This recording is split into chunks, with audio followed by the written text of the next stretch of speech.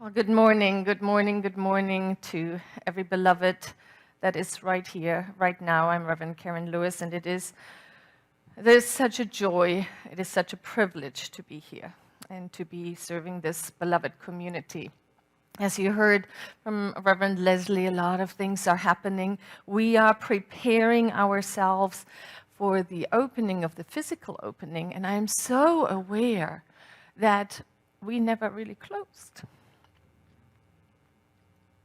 It has always been us, this community. So thank you for being here.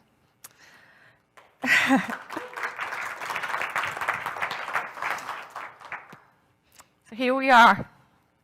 And the title today is Leaning into the Unknown. And isn't that an amazing picture? I love that picture. So I'm just going to speak a lot, and we just stay on that slide. No, that's not. Here at the New Vision Center, if you have been with us, you know that we have an annual theme. And our annual theme this year is the spiritual hero's journey. And here's my question. Who feels like they are on a spiritual hero's journey? Right? It's all of us. It's all of us. Because I think that is just a different word for life. For life. Life in all its beautifulness and life in all of its messiness. And so for the last 3 months, we have looked at this wonderful circle. I think we have a slide for that, of the hero's journey. You're by now familiar with it. If you're here for the first time, I really invite you to go back to some of the amazing talks we had about this. So here is our hero's journey, and we are somewhere around over there. Because you know that all of us, even as a community, as we are moving through this annual theme, we have different experiences. And it reminds me of how we talked about this pandemic. We said that everybody is in this storm of this pandemic, and yet we are all in different vessels. Some of us are in very small vessels, and it was rocky. It was very rocky, and there was financial hardship and really losing beloveds.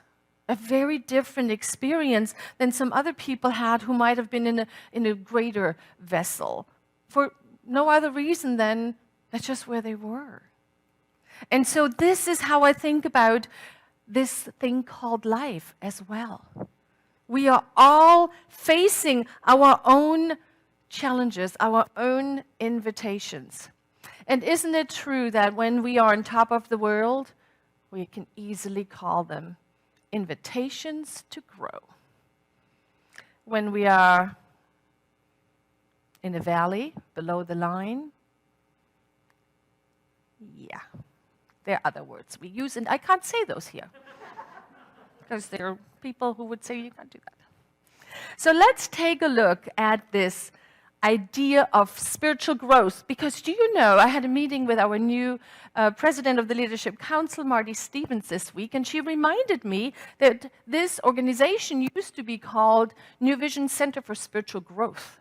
And I was like, oh, that's a really good name, because that indicates there's something changing when you enter here. Growth, as you know, comes with laying down what was before. Growth does not mean we stay who we are and we continue to grow. No, we have to lay some things down. You look into nature right now, it's springtime here in Arizona, and things are breaking open. So here is a representation how I thought this thing called spiritual growth would unfold for me. You know, I thought, yeah, I will learn things, and I would steadily go up higher and higher to whatever realm. Yeah, this is how I experienced it. Yeah. And this is just one snippet out of life, right? I mean, this might be a week, you know, or a couple of years. So what I invite all of us, or day, yeah, or day, what I invite all of us, take a moment and envision in your mind's eye, how does your spiritual growth pattern look? Just intuitively. Close your eyes and see it. Great. So this is the only one I know because it's mine, so I'm going to walk us through things that I have learned when I'm at different parts of this pattern. And I want to start with when I feel on top of the world, when things are going really well. You know, when I feel like, oh, I got this. Do you ever have those moments? Yeah, where you feel like, oh, yeah, I think I got this. I got this. Here's what's important. When we are in those times in our life, we have to be willing to share the light that we are experiencing, even with those who are currently at a different place in their experience. It is this call to open up and be willing to let the world see that I'm doing well right now. I feel my wholeness. We owe it to the world because what we do is we lift everyone up, even the ones who are struggling at that time, who might not have access to the light within them. That is compassion. That is compassion. Allowing our circle to widen. Mark Napo, one of my just beloved teachers, says it this way. It's in here. When blessed to be well, we balance the world by being conduits of light for the time being, as long as we stay touchable. As long as we stay touchable. As long as we are opening our hearts, our beingness to one another. And then there are those moments where things go sideways, where we find ourselves in a valley. I like to think about it as struggle and strive. Have we been there? All of us. Some of us might find themselves in that place right now. We never know what is ahead. The unknown is always there. That which has not been made manifest yet. However, it is easier to be with it when we are on top of the vista, isn't it? Than when we are in the valley. Why is that? Why do you think that is? I think it is because when we are on top of the world, in those uplifting moments, we see the big picture. And from a distance, I heard somebody say recently, from a distance, almost everything looks funny. But when we are in it, not so much. Here's a slide that might shows us that. From where we're sitting, that could be our life, right? A lot of things are going really well, and there are some things that we experience as struggle, as strife. When we're on top of the world, we look at it from here. And I'm down in the valley. This is all I see. Have you ever had that experience? It's all I can see. And we are in those places where the strife, where the struggle is so real for us. It is hard to find the path to our own light. If you have been at Centers for Spiritual Living on here, you know this song really well. No more struggle, no more strife. And what is the next line? With my faith, I see the light. With my faith, I see the light. Now what is that light? That, beloveds, is the light that is within us at all times. It is the divine spark that is present. We're feeling well or we're not feeling well. If we can see it or if we cannot see it, it is always present. It is the light, it is life, it is us. So how do we cultivate faith then? If it takes faith to see the light, how do we cultivate faith? I wish there would be like one answer, or one lotion, one potion, or one something. It's not. It's a very, very personal experience. To develop our faith. Develop the knowingness that whatever comes towards me out there is no match to the conviction, to the deep knowingness that I have within me. That there's only one power. Power is good and we can use it. I can use it. That is what helps me through those valleys that come crushing down. To remember that. That even though I cannot feel it right now, I cannot see it, I know that I have developed that muscle to connect with it. Faith.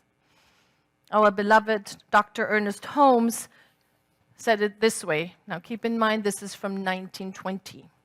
He said, faith is a mental attitude which actually takes a hold of the substance which exists and brings it right before the eyes of the person as an evidence that the thing did exist. Always.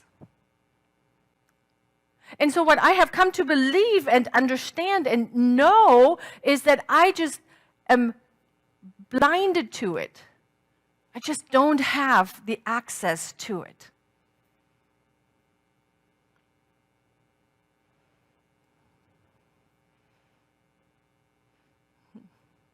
Do you know that Fenwick was Dr. Ernest Holmes' brother, and he was also a prolific writer. And he wrote this wonderful piece as a reminder for us that when we are in a place that we can't quite reach in and find that connection to our light. And here's what he said.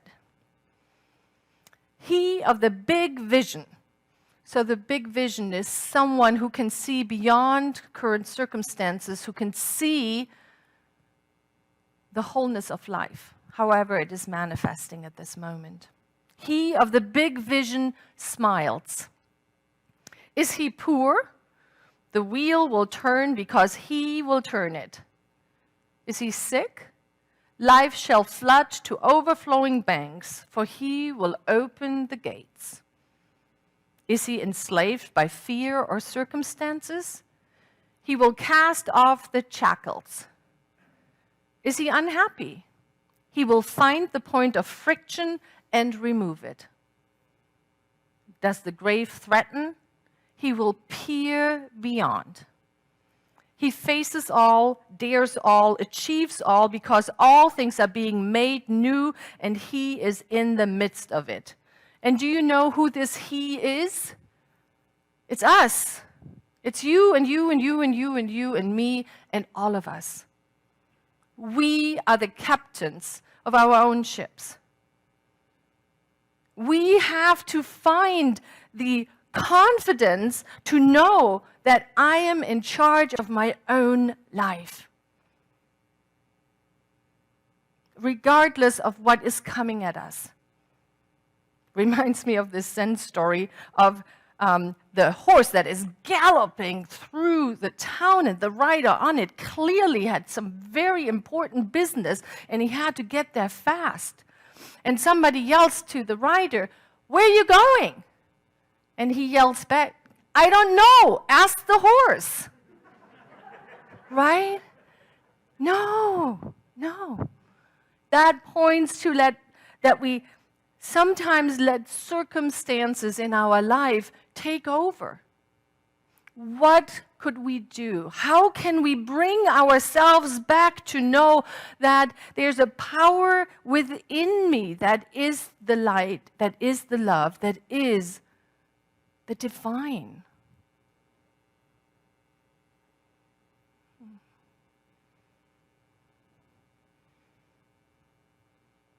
Practitioners come to mind, ministers, people who have trained to see our wholeness in those moments when we can't see them, when we can't see it.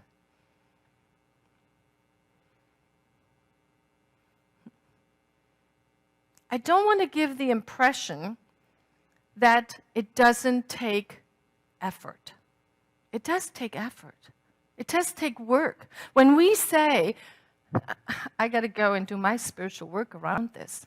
We really mean that. It takes work, it takes effort. And what a beautiful thing. What a beautiful thing to work on something, having the faith and the confidence that it will uplift not only me, that it will bring my life into a better realm, but all those around me. Dr. Barbara Waterhouse, Reverend Dr. Barbara Waterhouse, tells the story. She has rats as pets. And and so she did an experiment, and she had 2 pairs of rats. And the one pair, she built an obstacle course in this rat terrarium or wherever she had them. And so the rats had to find their way to the food and to the water. And thriving rats, they seemed happy, healthy, fine. And right next to it, she had another box, and in there, she just fed the rats every day. They didn't have to do anything. They were just given food and water all the time.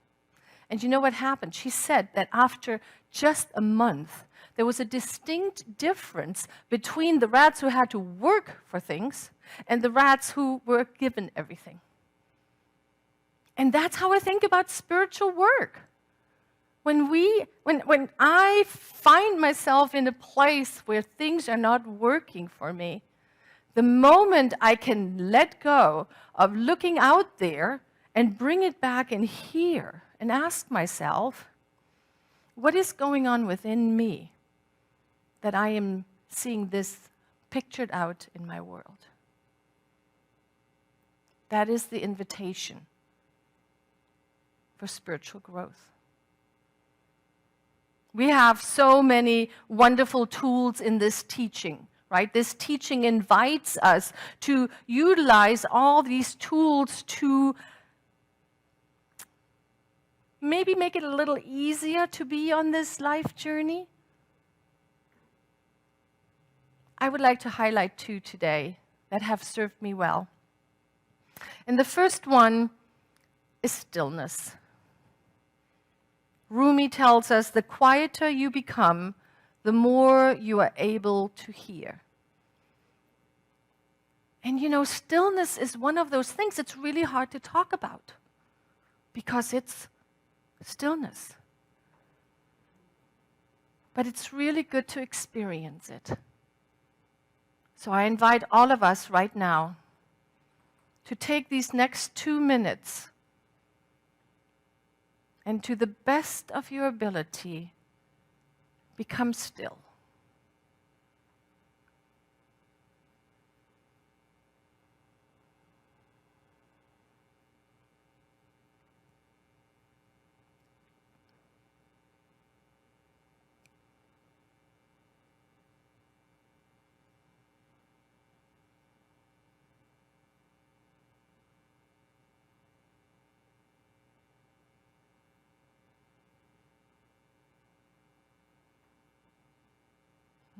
And very gently bring yourself back. Just notice. Just notice. Was that easy? Those times when I can't find the stillness within, I reach out. And it is so important that we develop these relationships, these lifelines where we can reach out to another before we really need them. Because when we really need them, hopefully they have been nurtured, they have been established, they are right there. So that is my first practice that I wanted to highlight, that I go to when I can't find the faith within me. And the second one that I want to highlight is gratitude. Gratitude. We speak about it so often because it is so powerful. Anytime we want to manifest anything,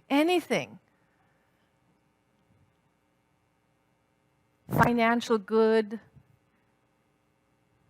youthful bodies and vitality, relationships that work, anytime we want to manifest anything or just make our life experience rise up. Gratitude. Gratitude is the key. And I came across these prompts, and I want to do this right now. I mean, we are here. Let's do it right now. Let's be grateful. Oh, yeah. That's my youngest granddaughter. She's a week old, and Annalisa, of course. So gratitude. So what I'm going to do, we're going to read these prompts, and I'm asking you to seriously fill in the blank. Here in the sanctuary, just say it quietly to yourself. At home, let everyone hear it. So let's do it. Let's do it. Something in nature that I am grateful for is the tree outside. Yeah. Something money can't buy that I'm grateful for is the love of my family. Something that comforts me is a hug from a beloved. I can't hear you. Yeah.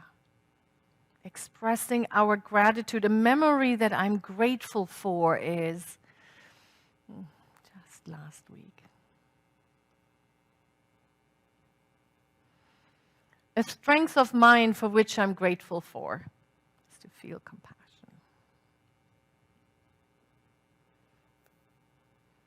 And again, just as we did with the experiencing of stillness, just notice, is it easy for me to express gratitude?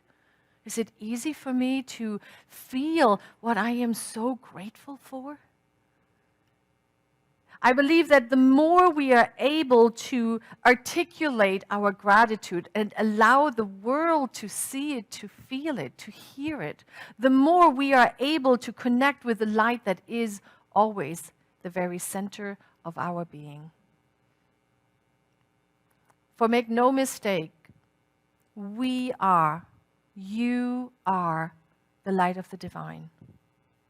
You are whole, you are perfect, you are complete, just the way you are, and just the way you're not.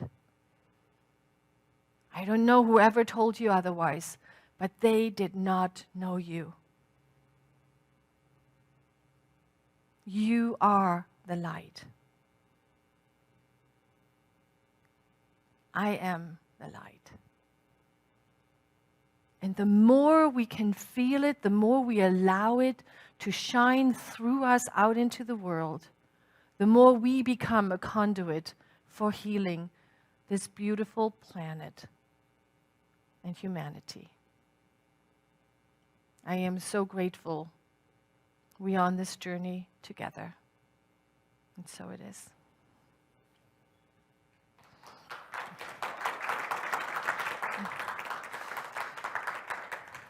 And now we do what we know to do. We are going to hold all of this in prayer. And I invite the practitioners and the ministers of this teaching to please rise. Let us stand together as we recognize the allness of life. As we recognize there's only one power, one presence, one divine experience. It is called life. How grateful I am to recognize sweet Spirit showing up so powerfully today as all these beloveds who have come together to create this experience. I recognize the power of the divine as love, as peace, as harmony, as joy, as abundance.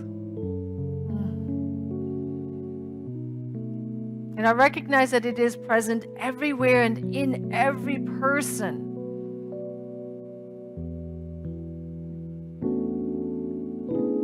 And so we're breathing in and say yes.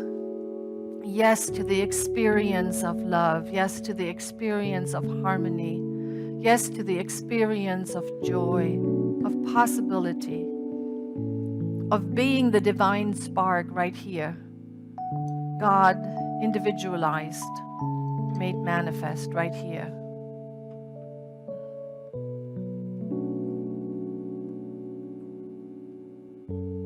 And as we are allowing this truth to get a hold of every inch of our beingness, we radiate it out into the world.